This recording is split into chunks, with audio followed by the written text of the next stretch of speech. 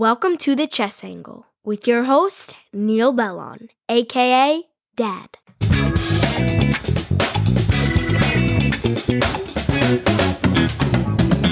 Welcome, everyone. Thanks for tuning in. That was my daughter who did the introduction. She was begging me to be on the podcast in some capacity.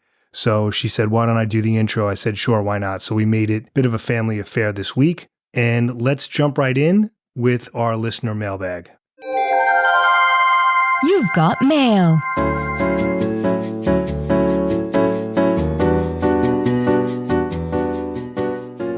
Our first email is from Jay. He says, 127 was a delightful episode. I started chess at age 78 and just turned 80. Please tell your octogenarian friend that his perspective and advice on playing at an advanced age is desperately needed. It's his chance to give back to the game. Well, thanks, Jay, for your email. I am going to try to get him on. He was referring to a member of the Long Island Chess Club who's in his 80s. He's an expert level player, still very active. And I did ask him, but he doesn't seem too comfortable being on. And you have to understand, you can't really force these things or it's going to sound contrived. It's going to show in the recording. The guest really has to want to be on. And if they're on reluctantly, as I said, that's going to show. And selfishly, from my perspective, it's also going to be an editing nightmare. But we're going to try, Jay, okay? So hopefully that'll happen. Our next email is from Kevin in Alabama. And he says, hi, Neal. I'm a relative beginner, age 64, started playing in March 2022. And I wanted to comment on withdrawing from tournaments. I played in a local tournament, 4 games on a Saturday. And after lunch, there was a high school kid that got a bye due to an odd number of players. I went to the TD, who was playing a game, and requested a bye so that the kid could play. I hung out until my next game, played it, and went home. My coach told me later that they should have had a house player, so that doesn't happen. The next time I played in a tournament, same location, same TD, I got a bye in the second round, and there was no house player. Rather than wait around until after lunch, I withdrew from the tournament and went home. In my opinion, poorly run tournaments are a reason to withdraw. I have other options. I went to the Summer Swiss in Nashville, and I'm probably going to attend the Alto tournament in Charlotte.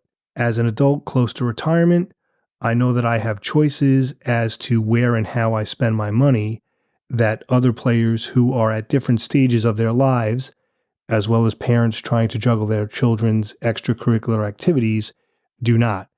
I've tried to attend local tournaments, but when there are Skittles rooms that are so full of parents, siblings, and players that you can hardly hear yourself think, unorganized TDs, and cramped rooms, I'm not doing that again.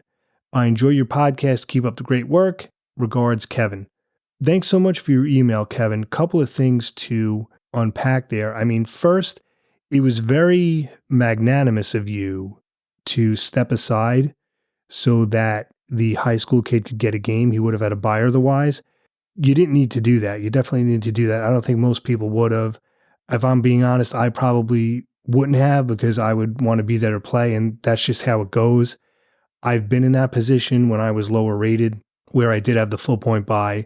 I do give you a lot of credit for stepping aside so that the kid could play, but again, you were under no obligation to do that. And regarding your comment about the house player, at least what I'm familiar with here in New York and in the tri-state area, most clubs, including a lot of the major weekend events, they don't have a house player. Most clubs don't have a house player in my experience, because think about it, a house player is someone that you would invite to the club because they might have a game. You know, most people aren't going to do that. They either want to be in the tournament or they don't. So I have to push back a little bit. You can't label a club as disorganized simply because they don't have a house player. Most clubs don't. And yes, it stinks that if there's an odd man out that he or she can't get a game, but that's just the nature of tournaments. Now, the person who gets the full point bye is the lowest rated player in the lowest score group. except for unrated players, because you want unrated players to get games so that they can get a rating. But again, Kevin, most clubs do not have a house player. It's not a requirement, it's suggested. And if there is a club that does have a house player on a regular basis, as far as I know, that's the exception, not the norm. Now, where you can call a club disorganized is for some of the other reasons you mentioned, such as a noisy Skittles room. And a Skittles room, for those of you who don't know, that's a room where it's separate from the tournament and people can play games for fun and analyze their games and talk. And then, of course, you have the tournament hall where the actual event is taking place. But the Skittles room is supposed to be far away from the main playing hall. But I know of at least one club here in New York. In their old location, they moved, but in their old location, they had the Skittles room literally right next to the tournament room, and the wall was like paper thin. And whenever we said something, the tournament director basically did nothing. So that would be an example of something that's poorly run, or if there are issues with the pairings, or if they're always running late, if they're generally disorganized, if they don't really know what they're doing, if there's no board numbers, things like that. If those aren't in place, then that would be a disorganized tournament or disorganized tournament director. But again, you can't say that a tournament is poorly run or poorly organized just because there's no house player, as frustrating as that can be. There's nothing worse than looking forward to that game and showing up and you don't have it. Or if it's a weekend event, like if it's 4 games in one day, like you mentioned, you're paying for 4 games, you're giving up your time for 4 games, but you're only getting 3 through no fault of your own. So I get that. But thanks so much for your email, Kevin. Really appreciate it. And here is our final email. Hi, Neal. My name is Andres. I'm 18 years old and come from Norway. First, I just want to say how much I enjoy your podcast. It gets me through my workday. I also love to hear your thoughts on different subjects regarding chess. Keep up the good work. My question to you is, how good do you realistically think I can get at chess? I'm sure you get this a lot. However, I'm genuinely curious to hear what you think. Currently, I'm rated around 1,000 on chess.com, and I have just now started to get a bit more serious practicing. My main motivation is not rating or to get as good as possible. I just enjoy playing and improving, but I thought it would be funny and good to hear what I can expect and what you think. Hope you win your next game. Sincerely, Andreas. Here's the thing, Andreas. The answer to that question is really that I can't answer it. I don't think anyone can. This is really a private lesson question. Like, for someone to ask me that, I would have to meet with them and assess where they're at. And even still, you really can't just make a guess at how good they're going to get. There are just so many factors. So I really can't answer that. People progress at different rates. There's a lot of factors at play. A lot of things have to break the right way. A lot of things have to align. The stars have to align, so to speak. There's natural ability. There's how much time you're studying, how much time you're playing. There's a little bit of a luck factor. There are many players who study all the time and play all the time, and they get very little improvement in their rating. They study all the time, play a lot, and they've been rated 1,200 for 20 years. There are other players who don't really study that much, who maybe read one book, they'll look at a few YouTube videos, they mostly play online, and their rating soars. Okay, it's really, it's hard to, there are people who study a little bit who see tremendous improvement. There are people who study a lot and see no improvement. It's that kind of thing. It's all over the place. So I really can't answer that. And any coach who promises you an increase in rating of a certain amount, don't walk away from that coach, run. Any coach who says, oh, I'll get you to 1,800 in a year or something like that, that's a bunch of nonsense. People learn at different rates. So it really just depends. You study, you play, you fill in the gaps in your knowledge. Maybe you work with a coach, maybe you don't, but you really can't know where someone's going to end up. And I certainly can't give you an answer that would be legitimate or accurate based on your email. But that being said, I wish you all the best and study, play, and just keep at it. And hopefully over time, you will see improvement. All right. But best of luck with your chess journey, Andreas. All right, this next segment, it's been something that's been on my mind. I debated for a while whether I should say something on the pod, and I decided that I want to, and here it is. I'm a little disappointed with US Chess, the US Chess Federation, because as far as I'm concerned, in my opinion, and I've been a tournament director since 2007, they don't take care of and don't appreciate their local tournament directors. And the feeling I have isn't really anger, it's more disappointment. I feel like they've let us down. And let me explain what I mean by that. Hopefully, I'm going to detail this so that it makes sense. Specifically, there's no remuneration, financial or otherwise, for being a US Chess certified tournament director, specifically at the local level when you run a club. Yes, you have the privilege of directing events. And yes, it's a choice to do that. I don't have to do it. But still, when you're running a club, when you're a tournament director, it's a lot of work. You're running the club, you're dealing with members, you're answering emails and texts, you're organizing and running the event. You have to get there early and stay late. You have to post the results.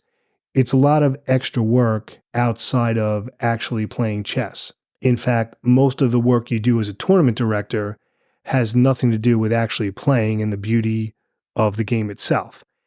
Most TDs, myself included, are doing this on top of day jobs and families, and yet we really get nothing in return from US Chess.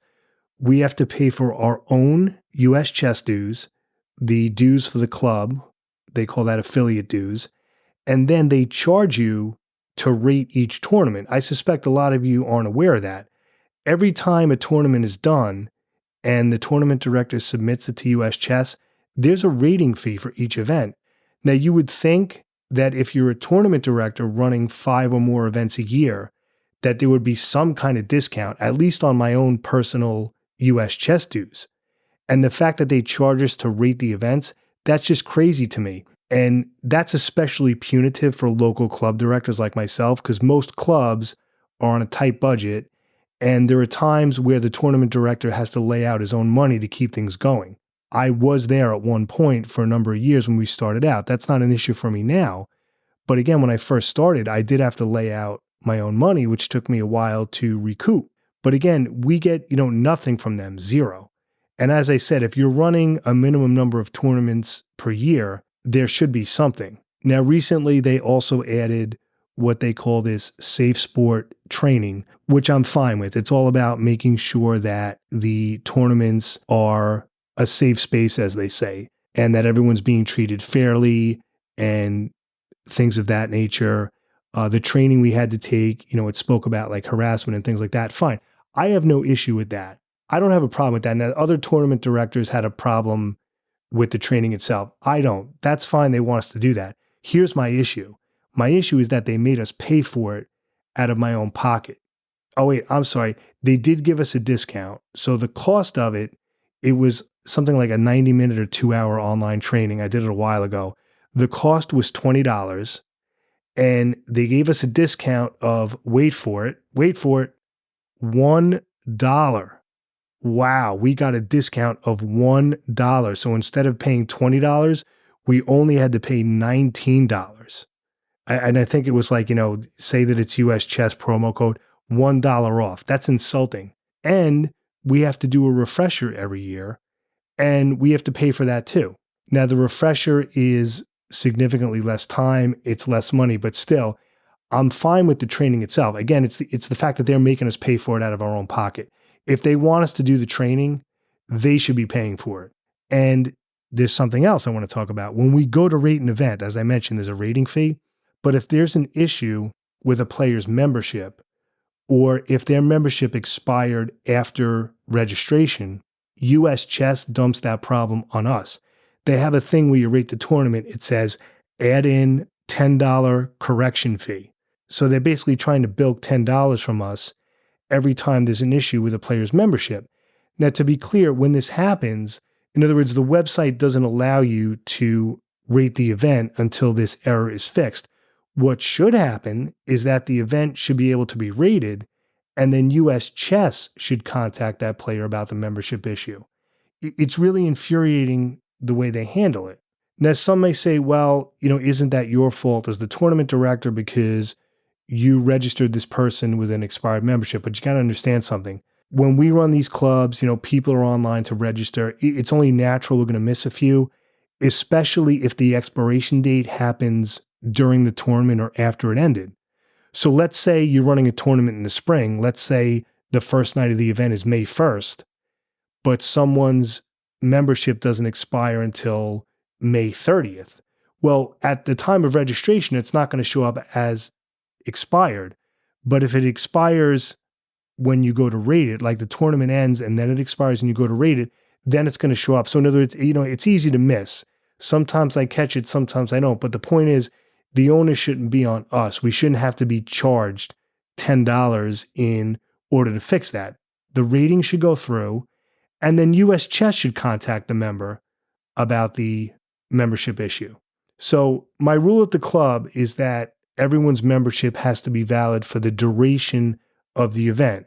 But again, a few always slip through the cracks. So I just want to be clear. I appreciate everything US Chess does, their mission to promote the game. A lot of good people there. So don't take this the wrong way. But in my opinion, like I said, I'm just a little disappointed because I feel like they don't appreciate or take care of their local tournament directors. There's basically zero remuneration, and that's a shame. We're now going to take a short break for a few messages, and we'll be back with a discussion on how to attack in chess at the club level.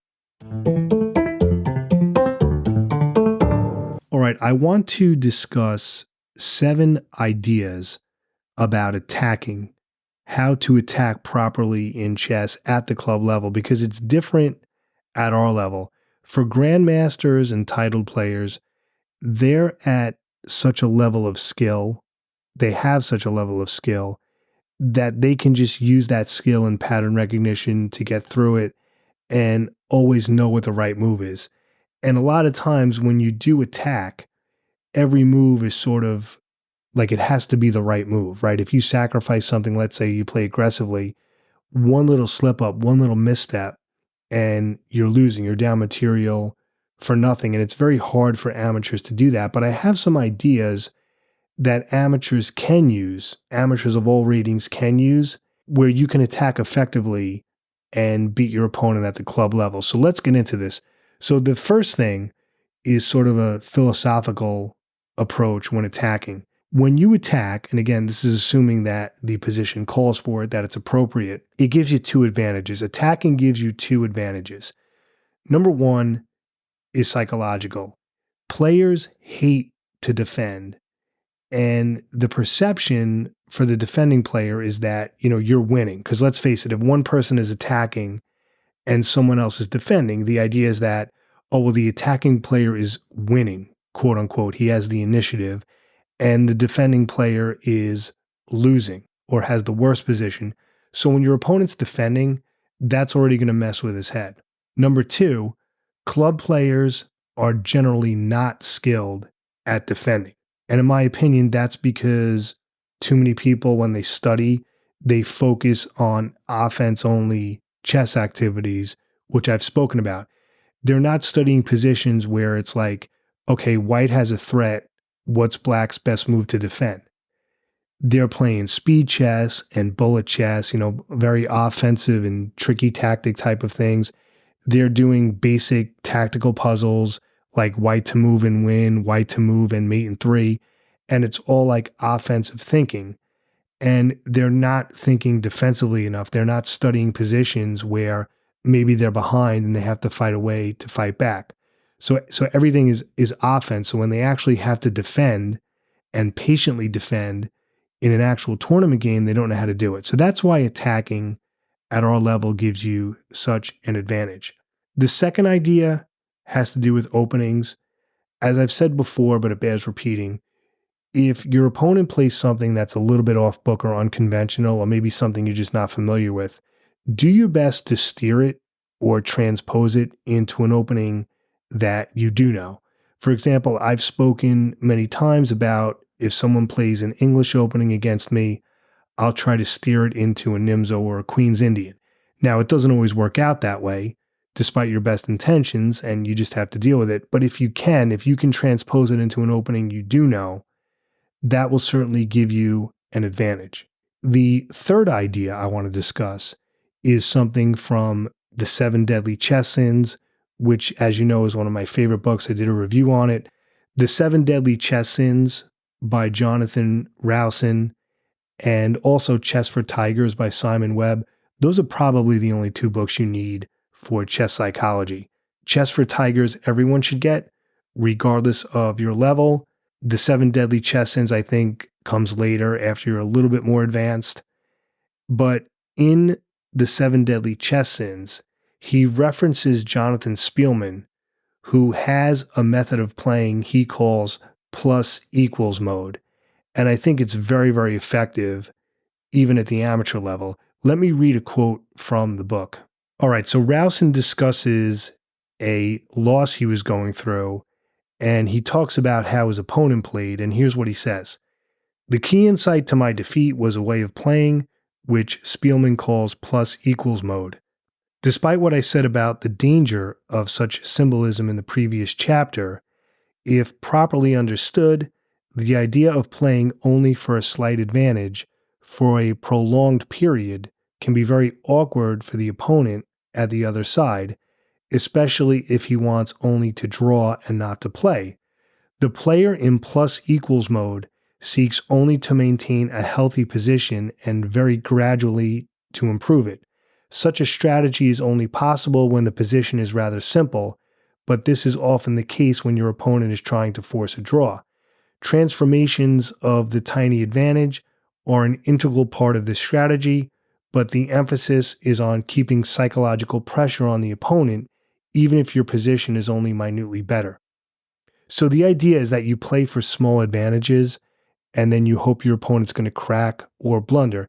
Now, even if your opponent doesn't want to draw, even if he wants to play for the win, if you can constantly have a position where you're slightly better and just wearing him down, that can be very, very effective. Now, to be clear, it's called plus equals mode. They're looking at it from White's point of view, because when you put it in an engine, plus equals means slightly better.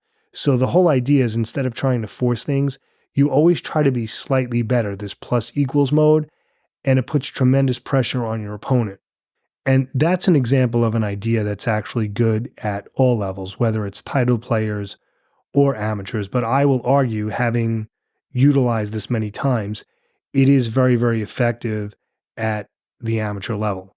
The fourth idea I want to share is that when you attack, it can open up other possibilities on the board besides the specific area where you're attacking. So in other words, when you're attacking, look for other ideas that open up elsewhere on the board. So if you're attacking in a certain part of the board or a certain file, and your opponent makes a defensive move that is a mistake, it might allow a tactic elsewhere. So you always have to have whole board vision. Always be aware of the whole board. Maybe he moves his rook to defend against your attack, but then that opens up a file or causes some kind of vulnerability somewhere else. So always be aware of the whole board. And that's one of the advantages of attacking, because when he defends where you're attacking, well, then he's opening up another area for attack as well. So always be aware of that. The fifth idea is to look for ways to trade down into a winning or better endgame. Now, at the Grandmaster level, Bobby Fischer was an expert at that. He was one of the best players at transposing into a better endgame. At the amateur level, this is extremely valuable. And that's part of a successful attack. Because you may say, well, why are you talking about trading down into a winning endgame? Because, as Jeremy Silman and many others have said, if you attack your opponent's king, but you don't mate him, but instead it forces your opponent to trade down into an endgame where you're better, then your attack was still successful. People think an attack is only successful if it leads to mate or the winning of a piece or something like that. But if your attack leads to massive trades and a better endgame, then your attack was successful.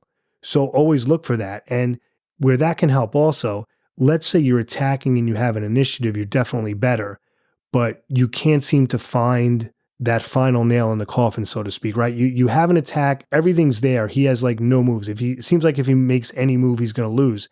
But it's the type of position where you're not sure how to continue. That type of thing. I think you all know what I'm talking about. It's like, you're winning, but you don't know how to finish. The advantage to that is that in the course of defending, he may end up, again, like we just said, trading down, and then you have the better end game. So that's sort of insurance with an attack, is that if you don't mate his king, you can often end up with a better end game. So always look for that opportunity, because some players, they refuse to initiate trades or trade down if they're attacking because they think that their attack is going to slow down, but they don't analyze to realize that they can easily win it in the end game. Also, along these lines, look for queen trades, that is, correct queen trades that help you. Many players will not accept a queen trade, even though that's the best option. Queen trading is misplayed all the time at the amateur level. So what might happen is you might offer a queen trade that's good for you, but it turns out it's actually the best move for your opponent. In other words, if someone offers you a queen trade, but you don't want to trade queens, you may not have a choice. Even though it's losing, other moves might be worse. And a lot of players don't realize that. So instead of trading queens, they move their queen away, and you're even better now. So always look for those queen trades. Know when you should trade your queen and when you shouldn't, when you should offer a queen trade and when you should not, because that is messed up all the time at the amateur level. Number 6 has to do with sacrificing pieces. I know we all like to do it. It's fun. It's really cool to sacrifice a piece. But I would say for your classical over-the-board tournament games, even your local club time controls like a game 90 or a game 75, be very careful of speculative sacrifices. I believe the rule should be, if you're below 2000 or below 1800, something like that, you should only sack if you clearly see the line to the end, or if you don't see the line to the end, if you're at least getting a clear positional advantage. So, let's give 2 examples. If you see that you're going to sack your bishop and it leads to mate and you see it all the way through, obviously do it. If it's a sacrifice where it's a true speculative sacrifice where you're not sure, please be careful with that. Now, if you see a positional advantage, like maybe you don't see all the lines all the way through, but if you clearly see that the sack will give you a structural advantage or a positional advantage, and you understand that, then you should do it. The classic example would be sacrificing the exchange. Like, let's take it from White's point of view. You would go rook takes f6, right? You would sack the exchange. You would take Black's knight in front of his castled king. That's often a good sacrifice because, number one, the exchange, giving up a rook for a knight, it's not that much of a material deficit.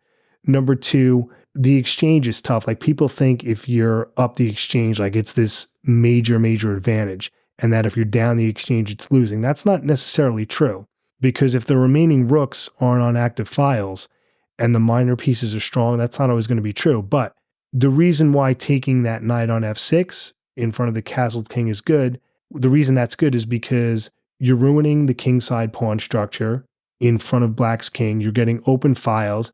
And if you can follow up with a really good square for your knight or your minor pieces, then that's often correct. And so that type of sacrifice would make sense, where you don't see it all the way through to the end, but you clearly see that you're getting a huge positional advantage as far as pawn structure, as far as file control, and as far as piece placement, right? So if you sack the exchange, but then your minor pieces are going to be crushing, obviously it makes sense. So those are things you need to look at. But the sacrifice is where it's really unclear and you're not seeing the line to the end and you're not seeing any type of positional advantage. Even if the sacrifice might be correct, if you don't know how to follow up with it, you're just going to get yourself in trouble. So please be careful. Like I said, my general rule is I will only sacrifice if either A, it's part of a combination, and I see the line all the way through to the end, or if I clearly see I'm getting some type of major positional advantage. Other than that, I avoid them. And then number 7, we're going to end with this. This may be the most important of the bunch. You always want to stop counterplay. If you're attacking and you have an initiative, you don't want your opponent to get back into the game. Obviously, you don't want him to get back into the game because then, he might draw or win. But the second thing, if you allow him back into the game, it's going to mess with your head. You're going to become despondent, and then you might just throw the game away because it's like, oh, I blew this one position. You always have to think of your opponent's plans, not just yours. It can't be pure offense. You can't just think, how do I continue the attack, but how can I keep my opponent from stopping my attack? What does he have? You don't want to allow any counterattacking opportunities, any pawn levers he have that might open files, any sacrifices he might have. You need to look at your opponent's ideas, and simply stopping his counterplay is part of the attack. Because if you stop his counterplay, he's going to get frustrated. He's not going to know what to do. And in the positions where it's like, oh, I have no idea what to do, that's where the blunders happen, and that's what you want. So always be aware of your opponent's plans. Don't let them back into the game, and stop counterplay. Now, for myself, a lot of games that I lost, if I look at all my losses over the years, a large percentage of those was because I allowed counterplay. It was a type of thing, oh man, I didn't see that he had that. And the truth was, like, it was there, you saw it, you just didn't look for it. It wasn't that I didn't see it because that was beyond my skill level. It was I didn't see that counterplay because I just didn't look for it.